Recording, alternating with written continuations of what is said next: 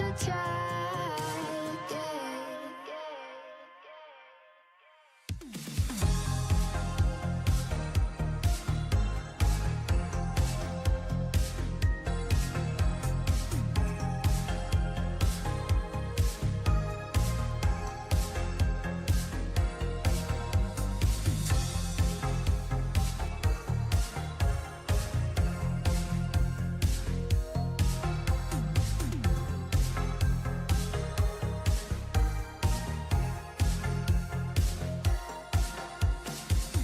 And I walk away with nothing, lonely here. I miss the laughter. Maybe we should try again. And I walk away with nothing, lonely here. I miss the laughter. You only put the one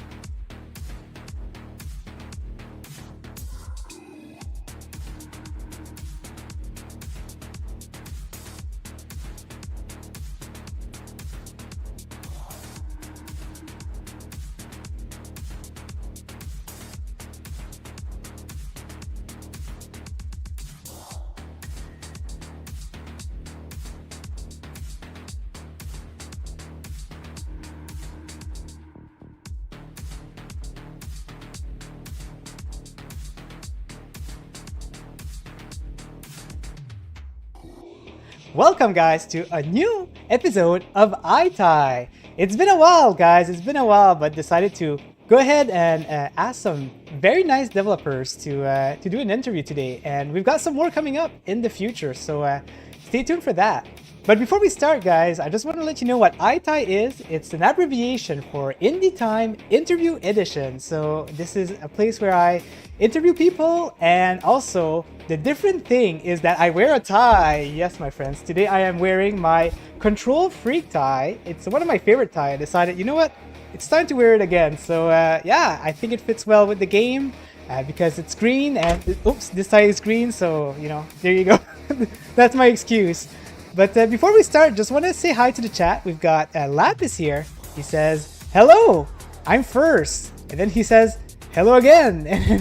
And then he loves the tie. Well, Lapis, I'm happy that you do. It's pretty late where you are. So yeah, hope you're having a good evening, my friend. All right, guys, without further ado, let us introduce the not suspicious developers, Guillaume and Rafael. How are you doing, guys? Time, but well. Hello. Doing well. Good. Yeah, I need to practice that. I need to practice like the flow of asking, you know, people what each their turn. But yeah, no. So this is really interesting, guys. You know, Airspace Defender is what we're going to be talking about today, and it's a game that I really enjoyed. I ended up making way more videos about it than I expected. It's probably like the second most videos I've made on my channel. So it's crazy. But yeah, let's go ahead and start learning a little bit about you guys. So Guillaume, let's start with you. So can you tell us a little bit about yourself? You know, how you started doing gaming, how, up until you did some VR, up until you made some games. Okay. Growing up, we didn't have a TV, not because we were poor, but because my parents were hippies, and I had half an hour of computer time that I sometimes had to share with my brother, and so we used it as religiously as we possibly could. We always made sure to use our full half hour every day. I played chess, and I was extremely interested in games, to the point that when I was in 5th grade, I convinced my parents to buy me a graphing calculator for educational purposes, even though I had no classes yet that were advanced enough to require one. And they bought me an orange painted TI 83 Plus, where I programmed some of my first games because I was desperate to have more computer time. And so I tried to program clones of the Armor Games games that I didn't have access to in my additional spare time. And my brother and I used to fantasize about, when VR is ready, we're going to make a huge sort of MMO where you can really fight people, like with swords, which turned out not to be the most original idea. But I think it goes to show that my relationship to games was always more based on an imagination of how games should be than based on an actual experience of what it was like to play them. And that was part of what let me in college decide that I should try to make some games. Maybe actually I'm so into them, but not that good at playing them. Maybe I should try and make them instead. That's like the perfect mindset, honestly, for a game creator. I know a lot of developers who just don't take the time to play games, because they just really focus on their own game and they want to do what they want to do. So that's something to appreciate. Just the mindset that you have. I think it's perfect for what you do. Could be. Yeah, you glossed over the fact that you were doing physics. Well, because I did not continue to do physics. Yeah. Very nice. How about you, Rafael? Where does your gaming habits come from, and how come you're a community manager from now on? So I had the luck of getting a PlayStation 1 when I was a kid, and that was really the first time when I started playing a lot of games. Like, my mom would sometimes take time out of her day, out of her busy schedule, just to play a little bit of PlayStation 1 with me, and then eventually I started doing that with my brother, with my younger brother, and I don't know, games just became like an integral part of how I spent time with some of my loved ones, in particular my brother, as well as my cousin at that time. I remember he had surgery and he would spend a lot of time in bed, like bedridden, and so we would just spend a lot of time playing PlayStation and Gran Turismo and some of the classics. And eventually, I started playing MMO RPGs because I had a friend who introduced me to a Korean action RPG that I really liked, and I don't know, it was sort of randomly for me. Basically, I was always drawn to these game forums. I was always interested in reading the patch notes and things like that. So I started my own game dev community for a while, for a few years, when I was even when I was young, as a teenager. And then by the time I was around 18 or so, I was already doing work, because Guillaume was alluding to earlier, there was this game that I was playing, and it was basically this one very talented Dutch programmer that was reverse engineering a very old Korean MMO, and I loved the passion project. I thought it was a brilliant idea, and so I had played the original game, and so I started helping out with that, and then I was just doing that for many years. And then eventually I did mobile, and when the Oculus Kickstarter came out, I was so fascinated by the idea, not of VR per se, but the idea of spatial computing in general. Like I sort of like share I guess Meta's idea that eventually it's all going to lead to glasses, and that's really what I'm most excited about. VR as a medium is also something that I love, but augmented reality is really what I'm laser focused on for the long term. It's very interesting, and as part of someone who enjoy going in forums and communities and things like that, I think that spatial computing is a great idea for multitasking and all of that, because it's so easy to go on multiple websites while listening to music, while being on Discord on there. It's the perfect tool. So it's growing, and hopefully we'll get there. But I like it. I like that you're gaming is part of your lifestyle, and throughout your childhood. So I really like hearing that how people really just grew up with this culture, and it's nice hearing that from everybody. But I'm very curious, guys. So how did you guys meet each other? You guys are very far apart from each other. So I'm just wondering, what's the story? And I'm not sure who wants to start that. I'll let you guys decide. Rafael, you start. Okay, I can start. So, as I was mentioning before, after I did the MMO stuff for a while, I worked on mobile games, and that was an industry that I was not very passionate about. Essentially, at some point, I felt like I was just, I was just like practicing how to extract the most money with my game designs or whatever. Like monetization, let's just say monetization was like a big factor, for the work that I was doing at that time. So when I stumbled across VR, I was like, whoa, this is like finally like a new frontier, something interesting to explore. There's plenty of opportunity for innovation there.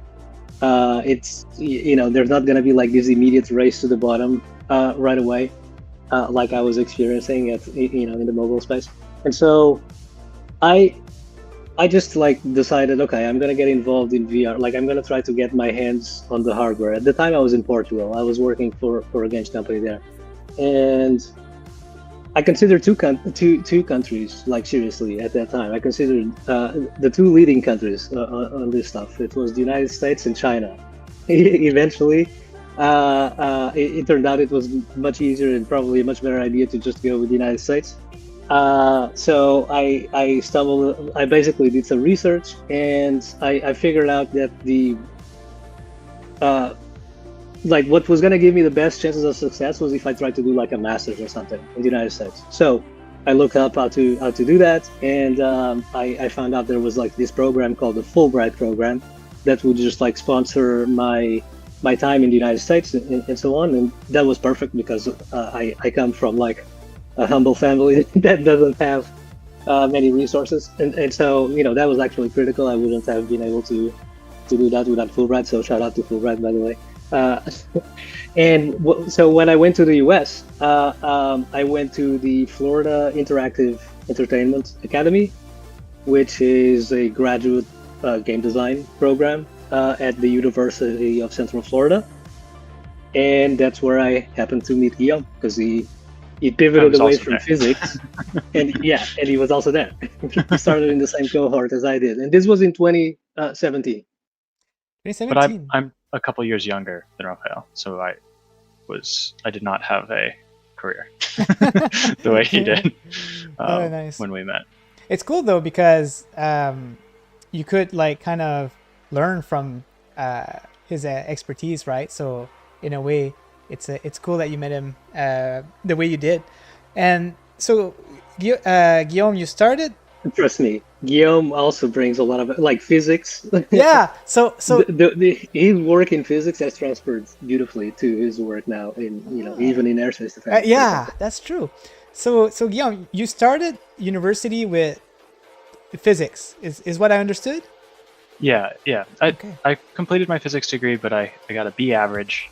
And if you want to be a physicist, that is not a good sign. It's a very friendly field. The thing I really liked about it was that everyone wanted to be there. Professors were excited to share. Very nice. Sorry, I'm distracted by this wonderful message. Yeah. Maybe I can Shout out to Inferno. Inferno is awesome. Yeah. Nostalgia in a new way is a very interesting turn of phrase, and exactly what we were going for. So I'm very pleased to hear that. So I enjoyed physics, but it's extremely challenging, and most people eventually hit their limit.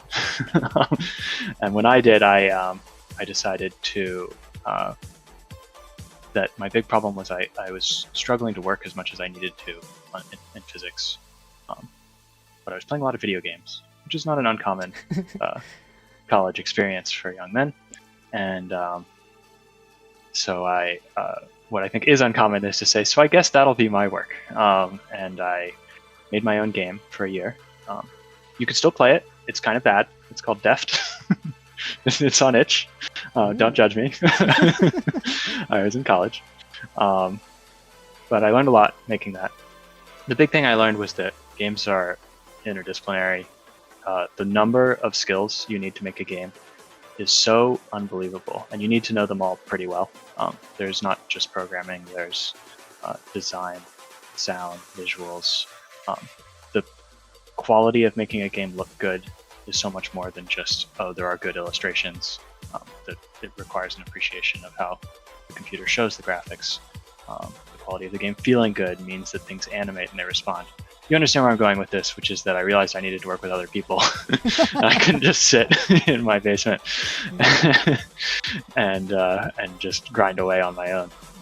So that's how I ended up going to graduate school, where my mission from the beginning was to meet essentially a team. And I think that was what Rafael saw in me, was that we had, although his mission was far more explicit than mine, because he also had this specific passion for VR. What we both had in common was that we weren't necessarily there to learn the basics. We were there to meet fellow travelers, and we had ambitions to make something. After that, we made Tablecraft, which was in graduate school. We made this crazy sort of research project. The idea was the National Science Foundation will fund grants for basically university research that can become business worthy in some capacity. And our thesis was that Tablecraft was going to be a sort of demonstration project for how to use VR in classrooms. We got the grant, and we added all kinds of stuff. You could it was a sort of periodic table of elements toy environment. It had very sophisticated hands and interactions. Everything was very tactile, sort of job simulator style from around that era. And then we also had you could connect with a tablet to someone else on the same Wi-Fi network and have sort of a window into their VR, and do asymmetric multiplayer where you had less power as the sort of viewer, but you still could do something in the setting. And this was because this was driven by the fact that we were trying to solve this problem of how do we engage the whole classroom in the VR activities. But of course, most classrooms couldn't afford a headset for every kid. And even if they could, what we eventually learned is that even with a surplus of headsets, there are always kids who don't want to wear the headsets just because it's going to mess up their whatever, like their hair or whatever, or because they just don't want to wear the headset. And so that's why we had to we basically understood early in our research that we had to include like a mobile mode, basically a spectator mobile mode, which was pretty interesting. We've seen some of that in some recent VR games. I think even Job Simulator or something like that eventually. So the problem is that the education market for games is awful. you either are selling to parents who don't share necessarily their kids' theory of what makes a good game, or you're selling to teachers who have to somehow convince school administration to invest in a multiplicity of things, and mostly they have to be able to persuade them that it addresses some part of the curriculum. So a lot of the sort of stuff we were interested in, which is what makes for a great experience as a kid, that had nothing to do with whether you were going to make money. And so that was quite frustrating.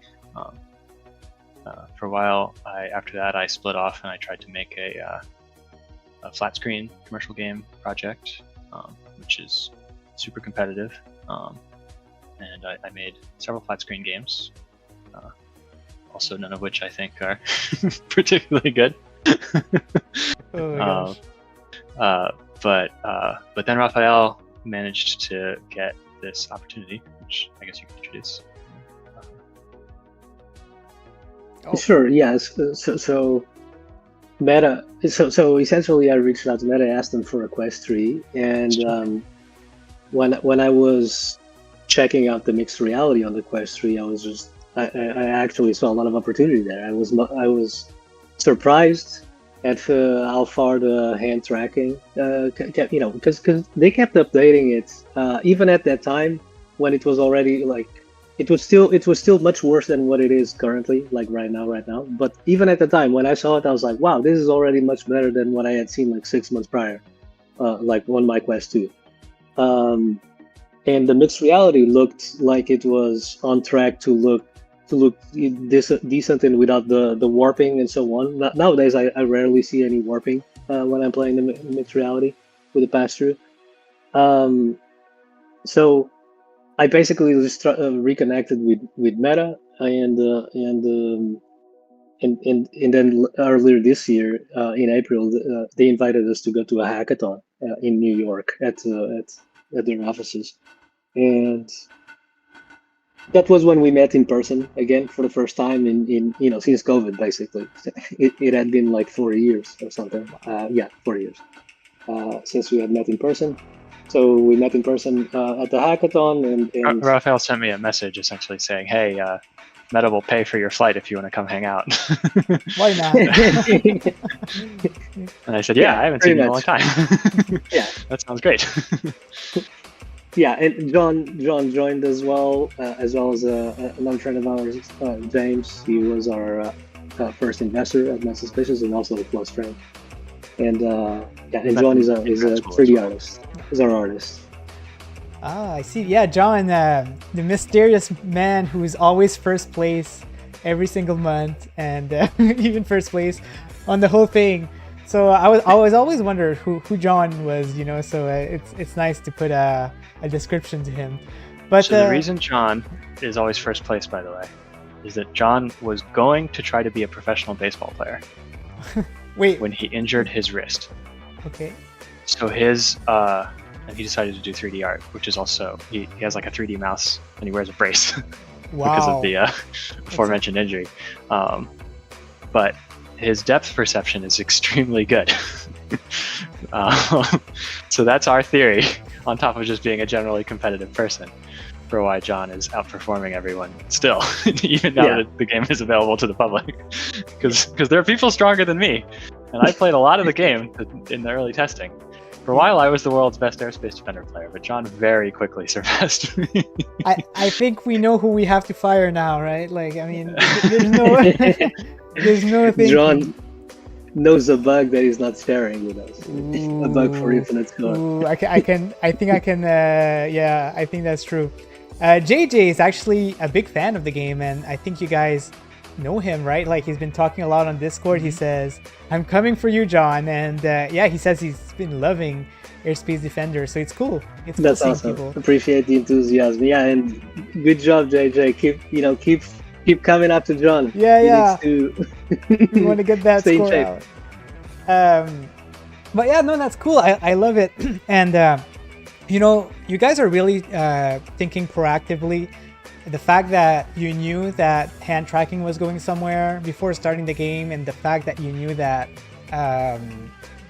mixed reality was going to be improved, by then. Like right now, it's the perfect time to release a game such as Airspace Defender. So I think that your mindset of, thinking of what is great for the future of gaming is good. So I'm looking forward to see, what's next. But anyway, we've talked a lot. I think it's time to talk, focus a little bit on Airspace Defender.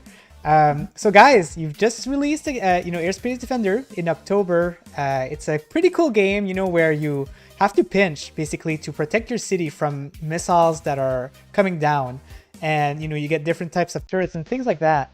But this is just a small summary. Can you guys tell me, like, in a little bit more details, what Airspace Defender is? I want this one. So Airspace Defender is, I actually don't know what the legal standing of Airspace Defender is, in the sense of whether or not I should make any reference to the fact that it's clearly directly inspired by Missile Command. But I think there's no other plausible way to talk about it, so we're going to take the risk. Love letter is the. It's a love letter. Look, game mechanics are not legally protectable, but also Missile Command is, I think, was the biggest hit of all 1980 in the arcades, and is essentially not reproduced in any modern game. I think the reason it was such a huge hit comes down to the simplicity, and maybe the fact that it hasn't really been recreated comes down to that too. It's hard to improve on it because the core system is very elegant. It says that if you shoot someplace and then the explosion takes time, then you're highly incentivized to anticipate where the enemies are, and you can get the chain reactions. And there's just, with the single rule of the explosions last a while, they managed to create a game with a ton of depth. And on the other hand, a huge limitation, which is the thing that we've really found interesting in trying to design a modernized version. And that limitation is nothing has hit points, really. So a common way that games keep you interested is that they ask you to constantly improve how much damage you're doing through some kind of synergy or that kind of sort of strategic decision making. But the action gameplay is so elegant in Missile Command that you couldn't make the enemies have two hits, because then when they hit the explosion, it would be completely unclear have they hit another explosion if it's like in another intersecting. Like it would break all of the core things that make it satisfying and make it work. So what we tried to do, besides the obvious fact of recognizing that you can do a fully three-dimensional input, and that means that these explosions aren't circles, they're spheres, and the volume gives you a whole different way of thinking about trajectories and chain reactions, is we've tried to import some of the lessons of roguelikes and even like mobile games to add little decisions that you get to make during the game, and we have ideas for how we're going to expand on it further, so that what is already a complete sort of interesting decision of just when and where to shoot can be expanded into something that is expressive, like I'm going to shoot the minigun, or I'm going to shoot a guided missile, and lets you make more choices and experience some of that sort of self-insertion that modern games are really, really good about, where they let you identify with a character or identify with a way of playing or pick a strategy that you're going to try to make work this time. So that's my personal big area of interest here. But I don't think that's what Rafael most sees in Airspace Defender. Let's see. I don't know. So I wasn't coming at it from Missile Command. I grew up in Portugal and I didn't have access to the arcades or 80s pop culture and stuff. I grew up in the 90s. So Yeah, I wasn't coming at it from the sentiment. The way I was thinking about it, or like to be completely honest, the way I was thinking about it at the hackathon was I was just thinking of like Iron Dome simulator. And that was because, obviously of all the wars that are going on right now, and that's a subject that I follow like religiously. I'm always like reading about these wars, and so it's been on my mind, and so that's where I was coming from. But it's actually quite interesting. Like early on, it took me a while to figure out what was the exact tone we were gonna go with. Like I think Guillaume from the get-go understood this was gonna be like an arcade game with an arcade tone, and because he was coming at it, I guess, from the Command. And for a while there, I was yeah, I basically didn't fully understand right off the bat that we should totally lean on the missile command, sort of thing. Because early on I was thinking like DEF CON, where it's sort of like a darker tone. Uh, it has like semi-realistic sound effects, that, people crying in the background, stuff like that. So I was thinking about that stuff early on, but I'm glad we stayed away from all that. But there you go, fun fact. Oh, thank And you the, for not putting people crying. That would have been Yeah, weird. you're welcome. Yeah. That's awesome. I love that story. And man, so it's really interesting how you come up with the idea and how you thought that there's no rules to change of from missile command, but at the same time there's so much different aspect than it, so you take it and then you just have to like transfer it into VR and make sure that the depth perception makes sense and all of that. So it's pretty crazy. So in Airspace Defender right now, what kind of mode, like what can people expect that they can play in the game? So, I mean, the current version is the plan was to try to make basically we were having fun on day 2 or something. The first day I implemented it completely backwards. I was a total moron, and I tried to make like a slingshot or something input where you would fire, 'cause I just forgot how the original game worked somehow.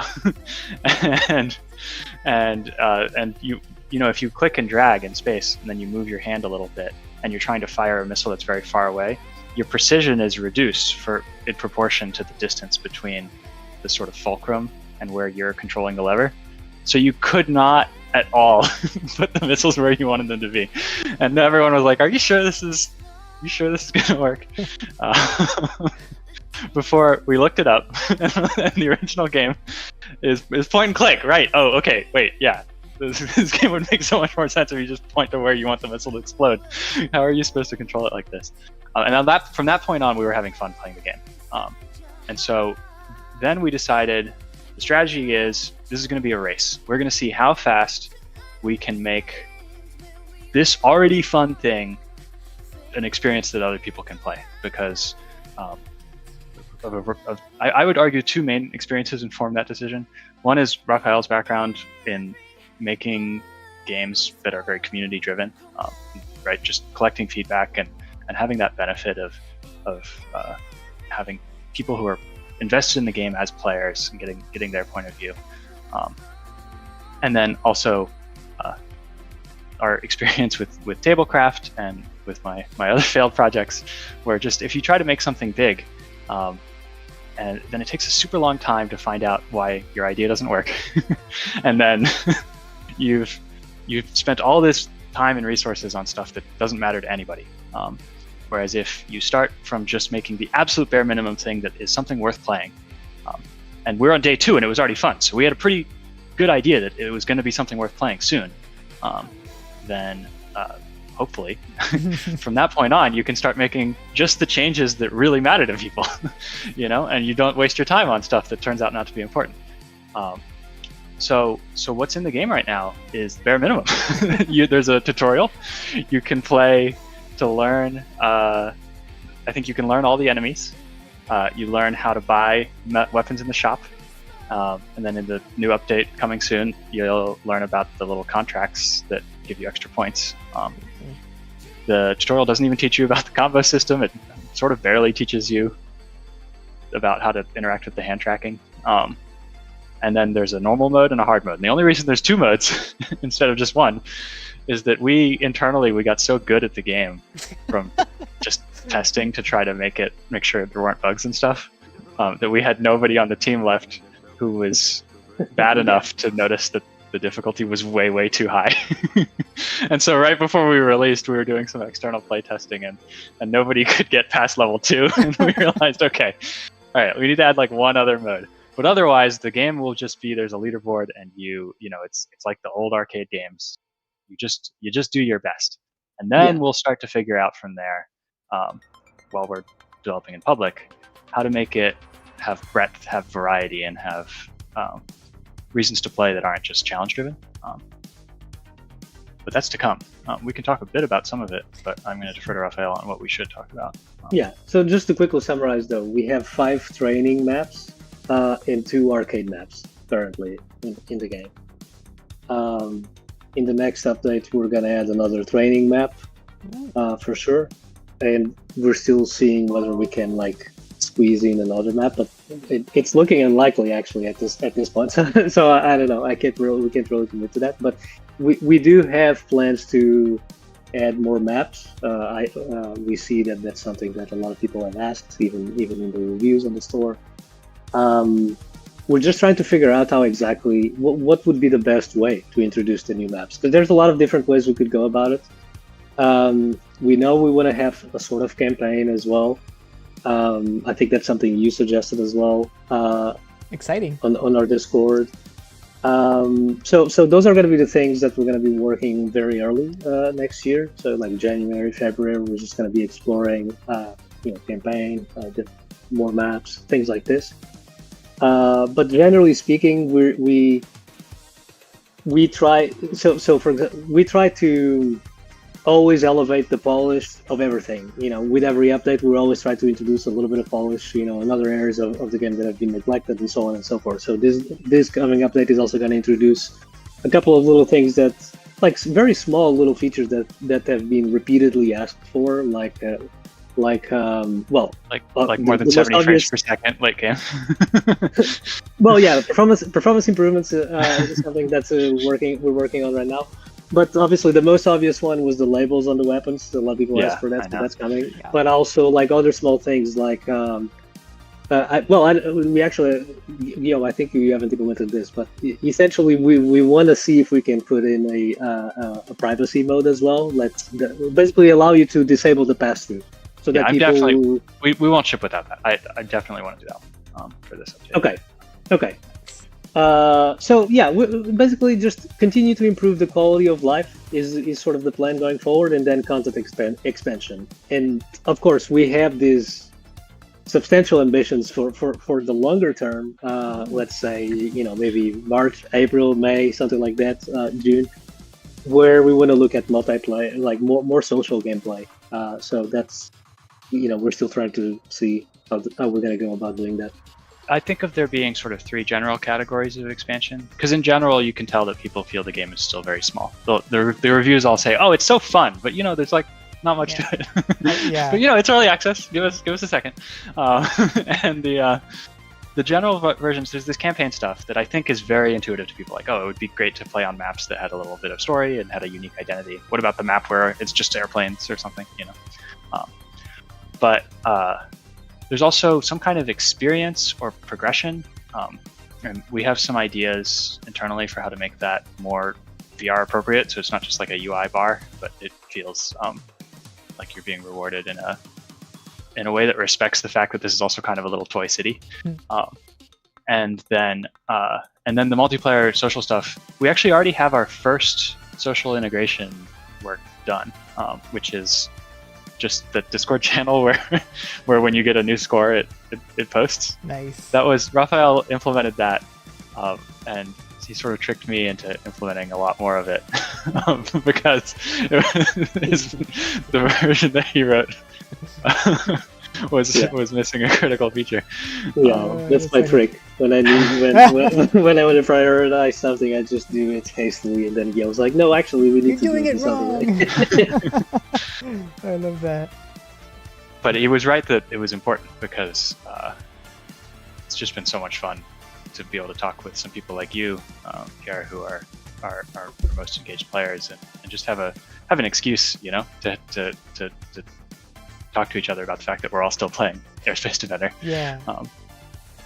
So especially during the time frame, which is going to be a little while yet, where you can't really play with anyone else. You only in the limited sense in which you can try to beat their score. Yeah, and I like how, when a new score pops up, it just put more interaction on the Discord. Like someone's like, oh yeah, you beat my score, I'm gonna try now. And so it just brings, sometimes there's just gonna be a day where nobody talks on the Discord, and then all of a sudden, boop, there's just a new score that pops up, and then a new conversation starts back, so it's a very nice feature, and it's a good idea. And what we're seeing, I didn't see it for a long time, but yeah, we have like the scores. Oh yeah, we're seeing there. So we've got the scores for the month, and then we've got the scores of a lifetime. So you always try to, you always want to do one more to get that score to the max, to try to beat everybody on there. So it's it definitely, I don't think it would have been as interesting of a game if the score system wasn't there, because there wouldn't be a reason to keep playing. It's just like, oh, okay, well, I beat my score, what else? So it's it was a really Absolutely. good idea. Yeah. And we saw some of that internally, even when we implemented the leaderboards. Suddenly, like me and John started like fighting for the top score. So we knew right away, okay, this is gonna be fun. I think at the time I still had the high score, and then when you and John started your rivalry, it immediately evaporated. Can you prove it? I don't know if that's true. Oh, oh, that's fun. Well, yeah, John has left us in the dust now. Yeah. His score is like twice as much as ours or something. Yeah, for sure. But I do think this is the big limitation of the current version of the game, right? Mm-hmm. Which is that if you're not motivated to beat other players, especially if you're not motivated, you don't happen to have a friend who's into it, or right, or you don't feel comfortable hanging out on the Discord, then I think the game is missing that reason to challenge yourself. True. The challenge is deep and interesting, but there's the why isn't there. And that's a lot of what we're hoping to improve on over the entire early access. Maybe it's a feedback I'll put in. Like, for example, in Trombone Champ and Flatten, what they do is that they also have a section where they only show scores of your friends on your list. And I think that could be, another good reason to keep playing, just to compete against your own local friends, which is great. So, it's fun. Like, we've talked a lot about the game, but we haven't talked about the different kind of weapons you have in the game. It's not just, just missiles and all of that. There's been like new weapons introduced even this month or last month. And, it's pretty interesting. So what kind of weapons are in the game? And if you can give us maybe a hint of what we should be seeing in the future for more weapons. So, we don't know what the next weapons are going to be, but I can tell you about the process that we create them in. When we first were discussing making new weapons, it was actually, I was hoping to have even more sort of roguelike mechanics. I hadn't quite realized this quality of the game where you just fundamentally can't make synergies, because what are you going to deal more damage? Like, at some point, you're just explosions. You get so big that now the whole screen is full of explosions at all times, and it looks like Path of Exile, and that's not necessarily the kind of game we're trying to make.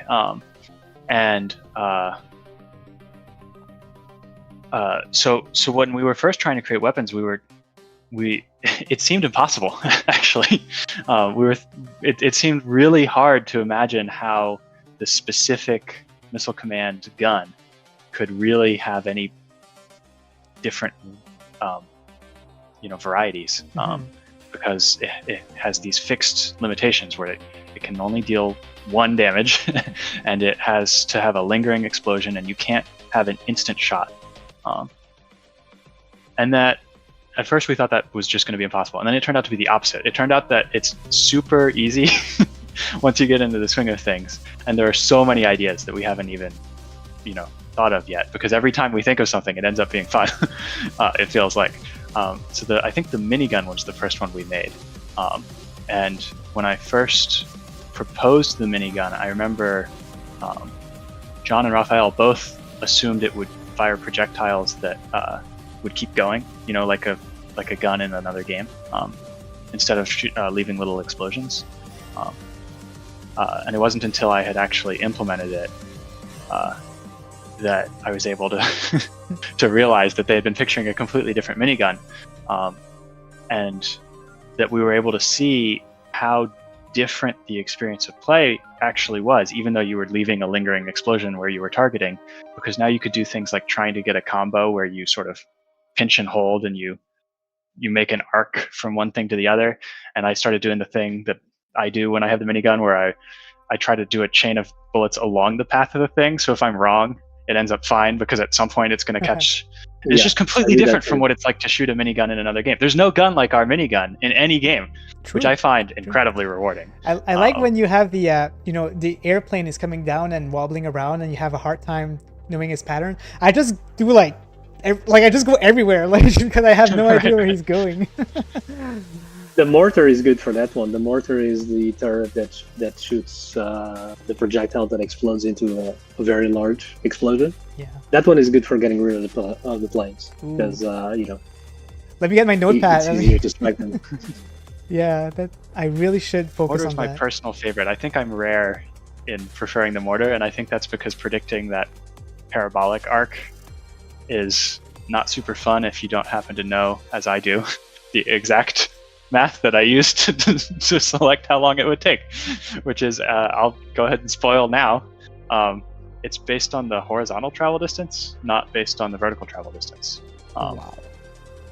So if you picture that you're shooting at something on a flat plane instead of in space, you might have an easier time anticipating where the mortar will land.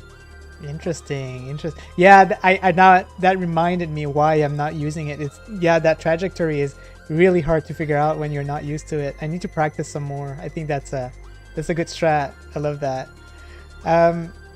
So Airspace is still in early access, and you guys kind of made a bold statement that you are going to release a update every month.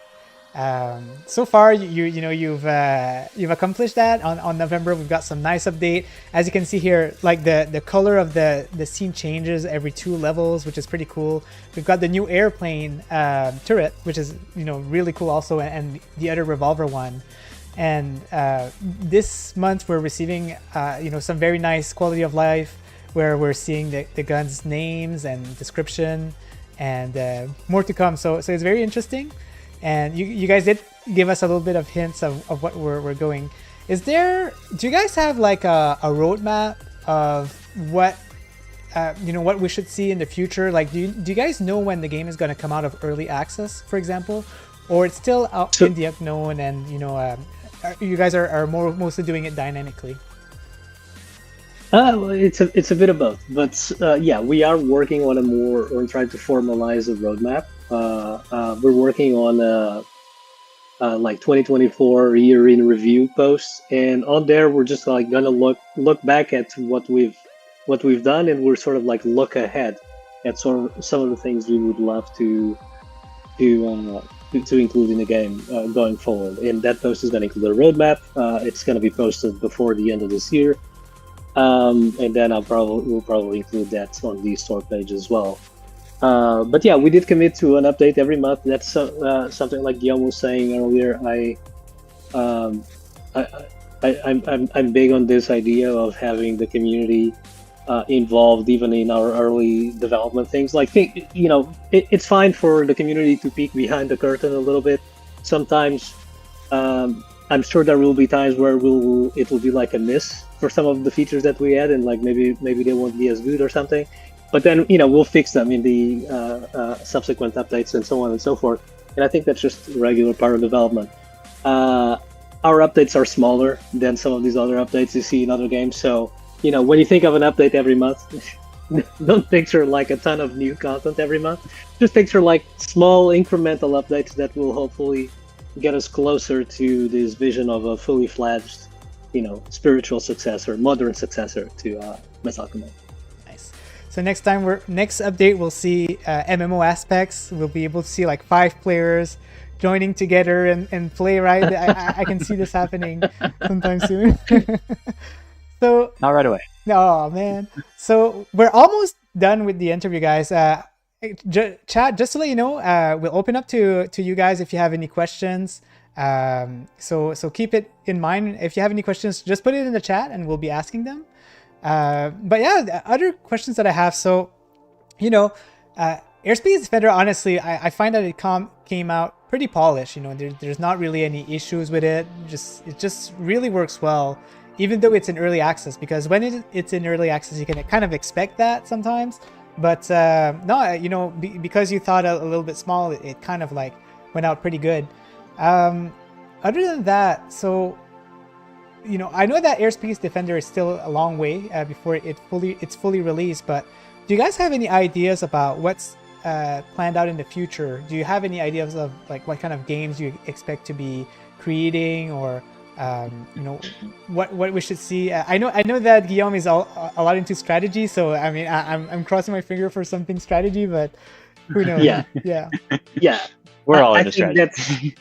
I think that's sort of like the long term, where we would like to be long term, right? Like you can look at Airspace Defender and you can sort of extrapolate. What if it was Age of Empires instead? You know what I mean? Like, what if it was something else, tabletop? We would love to get there.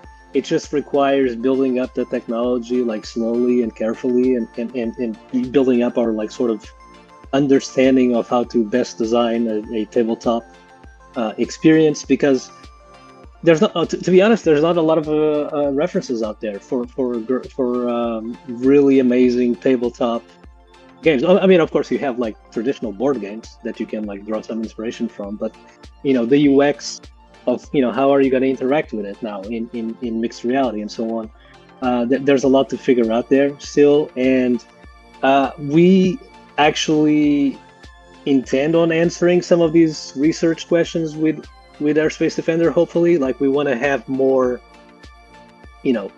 placement of things, so maybe you can like buy passive things that you can like place on your map somewhere. And so just figuring out how to do more of that like tactical sort of gameplay that you typically see in other games, like maybe for example like Augmented Empire or something, like one of the recent ones that came out. We want to like figure out how to do those things and then slowly explore those ideas in upcoming projects. Probably not in Airspace Defender. Airspace Defender is probably always going to be like the core. It's probably always going to be Missile Command, but we do want to expand with, maybe like some asynchronous gameplay, or there's definitely things we're thinking about, but it's still early. We're still cooking. You got to think of it like with SpaceX, where we have to do 3 steps first before we'll feel like we actually would be able to do a good enough job. But everyone on our team really likes real-time strategy games, and everybody who thinks about VR at some point says, it would be cool. So it's obvious that is something we're going to explore at some point. It's inevitable. But I like it, though. I love how you guys are very excited for your next project. A lot of ideas, and I think whatever you all come to decide, it's going to be great. I think you guys you've nailed the formula. Am I safe to assume that Airspace Defender so far is like your most successful project?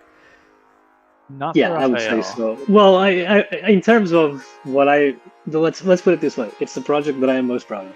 Yeah, there you go. That's fair enough. I've got and for me, yes. Yes, it is. Okay, perfect.